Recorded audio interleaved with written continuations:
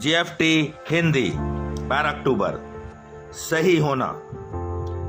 जब हम यह कबूल करते हैं कि हमारा जीवन अस्त-व्यस्त हो गया है, तो हमें अपने दृष्टिकोण के बारे में बहस करने की आवश्यकता नहीं रहती। हमारा अब हर समय सही होना जरूरी नहीं है। बेसिक टेस्ट पृष्ठ 54। हमारे सही होने से ज्यादा कुछ भी ऐसा नहीं है जो हमारे अपने अन्य के साथी सदस्यों की गर्मजोशी और घनिष्ठ दोस्ती से इतनी जल्दी अलग थलग करके तन्हा कर देता है। ऐसे में अपने को असुरक्षित समझते हुए हम अपने को एक अधिकारी के रूप में पेश करने का छलावा करते हैं। हीन भावना से ग्रस्त होकर हम दूसरों को नीचा दिखाकर अपने आप को ऊंचा करना चाहते हैं। इन हरकतों से अधिक होता यही है कि दूसरे हमसे दूर होते जाते हैं और खराब से खराब हम पर हमला भी हो सकता है।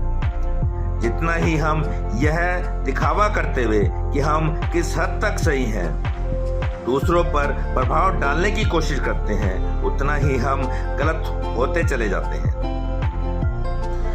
सुरक्षित होने के लिए जरूरी नहीं है कि हम सही हो ही।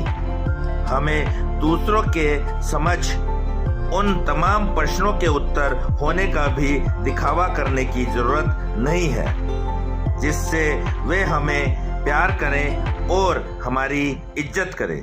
वस्तुतः ठीक इसके विपरीत जो कुछ है वही सच है।